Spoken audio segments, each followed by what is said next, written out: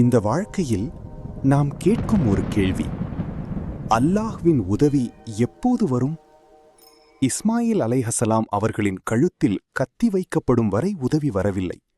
அந்த இறுதி நொடியில்தான் அருள் வந்தது. இப்ராஹிம் அலைஹிஸ்ஸலாம் அவர்கள் நெருப்பில் எரியப்படும் வரை உதவி வரவில்லை. நெருப்புக்குள் போன பிறகுதான் அது குளிர்ந்தது. மூசா அலைஹிஸ்ஸலாம் அவர்கள் செங்கடலின் முன் நிற்கும் வரை உதவி வரவில்லை.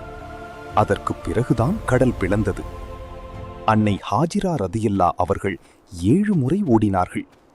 அதற்கு பிறகுதான் ஜம்ஜம் வெளிப்பட்டது.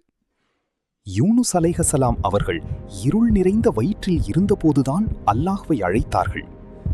யூசுப் அலைஹிஸ்ஸலாம் அவர்கள் கிணற்றில் வீசப்பட்ட போது அந்த இருளில்தான் நம்பிக்கை பிறந்தது.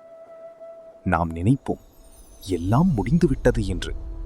ஆனால் அல்லாஹ்வின் உதவி அந்த கடைசி நொடியில்தான் வரும்.